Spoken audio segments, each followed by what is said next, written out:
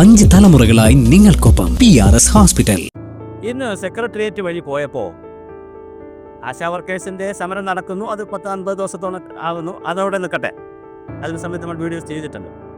അംഗൻവാടി വർക്കർമാർ, ഹെൽപ്പർമാർ, അതായത് അവിടുത്തെ വർക്കർമാരെന്ന് വെച്ചാൽ ടീച്ചർമാരുടെ ലൈനിലുള്ളവരും ഹെൽപ്പർമാർ സഹായികളായിട്ടുള്ളവരും ആയിട്ടുള്ള 33,000 പ്ലസ് 33 66,000 പേരുണ്ട് കേരളത്തിൽ. അതിലൊരു വിഭാഗം ആളുകൾ ഇപ്പോൾ സമരത്തിലാണ്. ശരിക്കും പറഞ്ഞാൽ അവർക്കും നിരവധി പ്രശ്നങ്ങളാണ്. ശമ്പളം കൊടുക്കുന്നില്ല. കൃത്യം 12,000 രൂപയ്ക്ക് താഴെയാണ് ശമ്പളമുള്ളത്. ഇപ്പോൾ ശമ്പളത്തിൻ്റെ ഒരു പ്രശ്നമുണ്ട്. ശരാശരി ഒരു ദിവസം എടുക്കുമ്പോൾ 300-400 രൂപയ്ക്കകത്ത് ശമ്പളമേ ഉള്ളൂ. പിന്നെ അവരിൽ നിന്ന് ധാരാളം ഏത് കാര്യം വന്നാലും അവരിൽ നിന്ന് പിരിവെടുക്കുന്നു. അവരുടെ പരാതികൾ അതൊക്കെയാണ്. അതുപോലെ തന്നെ കൃത്യമായി അവർക്ക് എന്ത് കിട്ടുന്നില്ല, പിന്നെ ശമ്പളം എല്ലാ മാസവും കൃത്യമായി കിട്ടുന്നില്ല. അവർ വളരെ വിശാലമായ 4 പേരിൽ ഒരു നോട്ടീസൊക്കെ ഇറക്കിയിട്ടുണ്ട്. അതിലവരുടെ ആവശ്യങ്ങൾ പറയുന്നത് സർക്കാർ ജീവനക്കാരെ അംഗീകരിക്കുക, മിനിമം വേതനം 21,000 രൂപയാക്കുക, ഒരു ദിവസം 700 രൂപ എന്ന ക്രമത്തിൽ അലവൻസ് കൊടുക്കുക. പല ഘട്ടങ്ങളിലായിട്ടാണ് ഇപ്പോൾ വേതനം കൊടുക്കുന്നത്. അത് ഒഴിവാക്കി ഒറ്റ തവണയായി നൽകുക. അത് ഒരു അശാസ്ത്രീയതയുണ്ട്. എല്ലാ മാസവും ആദ്യം അവർക്ക് പൈസ കിട്ടണ്ടേ. ഈ പല ഘട്ടമാകുന്നതിൻ്റെ തിയറി എന്താണ് അത് മനസ്സിലാകുന്നില്ല. ഇവിടെ ഏതെങ്കിലും സർക്കാർ ഉദ്യോഗസ്ഥർക്ക് പലഘട്ടമായി പൈസ കൊടുത്താൽ പറ്റുമോ? ഏതെങ്കിലും മന്ത്രിമാർക്ക് 5-ാം തീയതിക്കകത്ത് ശമ്പളം കിട്ടാത്ത ഏതെങ്കിലും മന്ത്രി ഉണ്ടോ ഇവിടെ? ഇവിടെ EM ശങ്കർ നമ്പൂതിരിപ്പാട് എന്ന് പറഞ്ഞാൽ നമ്മുടെ പ്രഥമ മുഖ്യമന്ത്രിയായിരുന്ന, കമ്മ്യൂണിസ്റ്റ് മുഖ്യമന്ത്രിയായിരുന്ന EM ശങ്കർ നമ്പൂതിരിപ്പാട്, EMS അവർ ഒരു ഉത്തരവിറക്കി. ആരോടും ചോദിച്ചില്ല, ക്യാബിനറ്റിൽ ചർച്ച ചെയ്തില്ല, ഒരു മനുഷ്യനോട് ചോദിക്കാതെ ഒരു ഉത്തരവിറക്കി. നിങ്ങളുടെ എല്ലാവരും സഹപ്രവർത്തകരുടെ ശമ്പളത്തിൽ 50 രൂപ കുറച്ചിരിക്കുകയാണ്. കാരണം അത്രയും പൈസ ഇല്ല നമുക്ക്.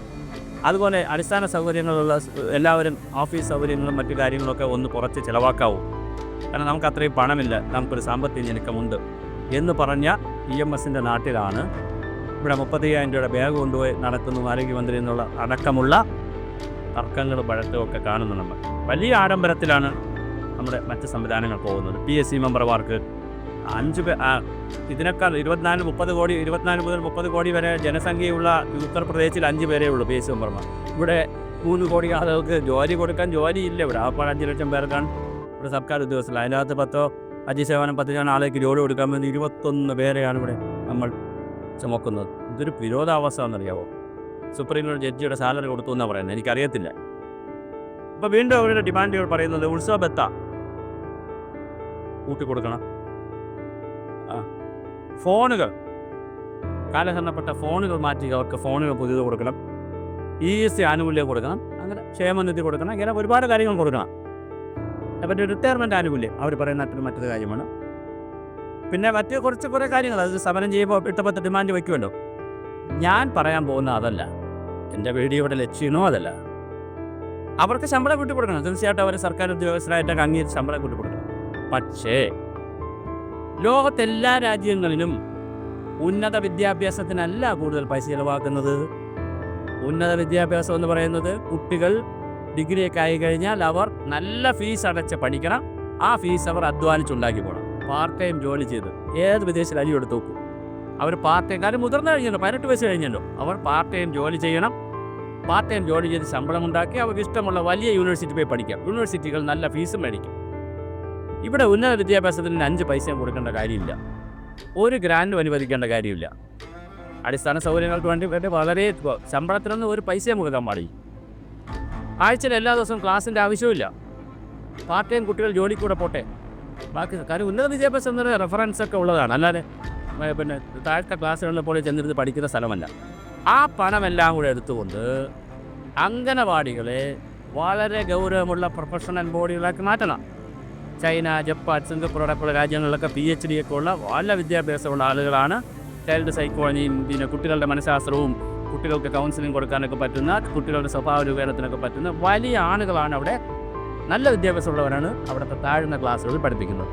അപ്പോൾ അംഗൻവാടി, പ്രീ പ്രൈമറി ഒരു 13 വയസ്സ് വരെ എന്ന് പറഞ്ഞാൽ കുട്ടി 7-ാം ക്ലാസ് 8-ാം ക്ലാസ് വരെ എത്തുന്ന 13 വയസ്സ് വരെയുള്ള പ്രായത്തിലേക്ക് വലിയ തുക ചെലവഴിക്കണം. ഇന്നത്തെ അംഗൻവാടികളെല്ലാം ചില സ്ഥലങ്ങളിൽ 2ാമത്തെ നിലയിൽ ഒരു ചെറിയ കെട്ടിടത്തിൽ പ്രവർത്തിക്കുന്ന സ്ഥലങ്ങളുണ്ട്. വളരെ അടിസ്ഥാന സൗകര്യം യാതൊന്നുമില്ലാതെ പ്രവർത്തിക്കുന്ന സ്ഥലങ്ങളാണ് പലപ്പോഴും അംഗൻവാടി. അതിനെ പഞ്ചായത്തുകൾ തീർച്ചയായും മറ്റെല്ലാറ്റിനുള്ള പണവും മാറ്റിവെച്ചാൽ കാരണം ഒരു തലമുറയെ വാർത്തെടുക്കുന്ന പണിയാണെന്നേ. വരുന്ന തലമുറയാണ്. ഇപ്പോൾ 2K കുട്ടികളൊക്കെ എന്താ പറയുന്നത്? 2K കുട്ടികളെന്ന് പറഞ്ഞാൽ 2000-ൽ ജനിച്ച കുട്ടികൾ. വലിയ കുഴപ്പമാണെന്നാണ് ഇവിടെ എല്ലാവരും പറയുന്നത്. 10-25 വയസ്സിന് താഴെയുള്ള കുട്ടികൾ അച്ഛനെ കൊല്ലുന്നു, അമ്മയെ കൊല്ലുന്നു, കഞ്ചാവ് അടിക്കുന്നു, ലഹരി പദാർത്ഥം ഉപയോഗിക്കുന്നു, അവർ അനാവശ്യമായ ഒരുപാട് കാര്യം ചെയ്യുന്നു എന്ന് വാർത്തയുണ്ട്. കുറച്ച് പേരെ ഉള്ളെങ്കിലും അത് വാർത്തയാണ്, വലിയ വാർത്തയാണ്. അച്ഛനെ കുടുംബത്തെ ഒന്നിടങ്ങ് നടക്കുന്നു. അപ്പോൾ 2K കിറ്റുകളെ നമ്മൾക്ക് ശരിയാക്കി എടുക്കേണ്ടതുണ്ട്. ഇനി ഇപ്പോഴത്തെ കിറ്റുകൾ 2025-ലെ കിറ്റുകൾ കുറച്ച് കഴിയുമ്പോൾ 2K കിട്ടുമെന്ന് പറയുമ്പോൾ 25-ലെ കിറ്റുകളായി മാറും. കുറച്ച് കഴിയുമ്പോൾ നമ്മൾ പറഞ്ഞിട്ട് കാര്യമുണ്ട്, 10 വർഷം 20 വർഷം കഴിയുമ്പോൾ. അപ്പോൾ അടിയന്തരമായി അംഗൻവാടികൾക്ക് അത് ചെയ്യാൻ പറ്റും. ഈ പഞ്ചായത്തുകളൊക്കെ ഇത് വിചാരിച്ച് ചെയ്യാൻ പറ്റാത്ത കാര്യമല്ല. എങ്ങനെ ചെയ്യാൻ? ഞാൻ PPP എടുക്കണം. Public private panchayat participation 4P. പബ്ലിക്കിൻ്റെ പൈസ, പഞ്ചായത്തിൻ്റെ പൈസ, പ്രൈവറ്റ് പൈസ, അതിൻ്റെ ഒരു പാർട്ടിസിപ്പേഷൻ. CSR പൈസകളുണ്ട്, ധാരാളം പണമുണ്ട്, മുതലാളിമാരുണ്ട് നാട്ടിൽ. അവരെ കൊണ്ടുവന്ന് നല്ല അംഗൻവാടികൾ, എല്ലാ കളി സൗകര്യങ്ങളുള്ള, കൗൺസിലിംഗ് സൗകര്യങ്ങളുള്ള ഏറ്റവും മോഡേൺ ആയിട്ടുള്ള അംഗൻവാടികൾ തുറക്കണം. ഒന്നാമത്തെ കാര്യം. ആ അംഗൻവാടികളിൽ ജോയിൻ ചെയ്യുന്നവരെ സർക്കാർ ജീവനക്കാരായ പോലെ അംഗീകരിച്ച് അവർക്കാവശ്യമായ നല്ല ആനുകൂല്യം കൊടുക്കണം. അട്രാക്റ്റീവായിട്ട് ആനുകൂല്യം കൊടുക്കണം. ഇന്ന് കൂടുതൽ ആളുകൾ അവിടെ പോസ്റ്റ് ചെയ്യണം. അവിടെ നല്ല ഉന്നത വിദ്യാഭ്യാസമുള്ള ആളുകളെ പോസ്റ്റ് ചെയ്യണം. PhD ഒക്കെ ഉള്ള, ഉന്നത ചൈൽഡ് സൈക്കോളജി പഠിച്ചിട്ടുള്ള, മനഃശാസ്ത്രം പഠിച്ചിട്ടുള്ള, കൗൺസിലിംഗ് പഠിച്ചിട്ടുള്ള, കുട്ടികളുടെ മനഃശാസ്ത്രം പഠിച്ചിട്ടുള്ള ഉന്നത വിദ്യാഭ്യാസമുള്ളവരെയും അവിടെ പോസ്റ്റ് ചെയ്യണം. ഇപ്പോൾ 66,000 പേരാണല്ലോ വർക്കർമാർ, ഹെൽപ്പർമാരായിട്ടുള്ള. അവരവിടെ നിൽക്കട്ടെ, അവർ ജോലി ചെയ്യട്ടെ. അവരെയും കൂടി സപ്പോർട്ട് ചെയ്യാൻ തീർച്ചയായിട്ടും കുറേ ആളുകളെ, 33,000 ആളുകളെ കൂടി പോസ്റ്റ് ചെയ്യണം. സാമൂഹ്യക്ഷേമ വകുപ്പ് ആളുകൾക്ക് ജോലി കൊടുക്കാം, നല്ല വരുമാനം കൊടുക്കണം, ഇവർക്കെല്ലാം ശമ്പളം കൊടുക്കണം. ഇവരുടെ ആനുകൂല്യത്തിൽ എനിക്ക് മനസ്സിലായില്ല. സർക്കാർ ഉദ്യോഗസ്ഥരായി അംഗീകരിക്കണമെന്ന് പറയുന്നത് ESI വേണമെന്ന് പറഞ്ഞാൽ അതെങ്ങനെയാണ് മനസ്സിലായില്ല.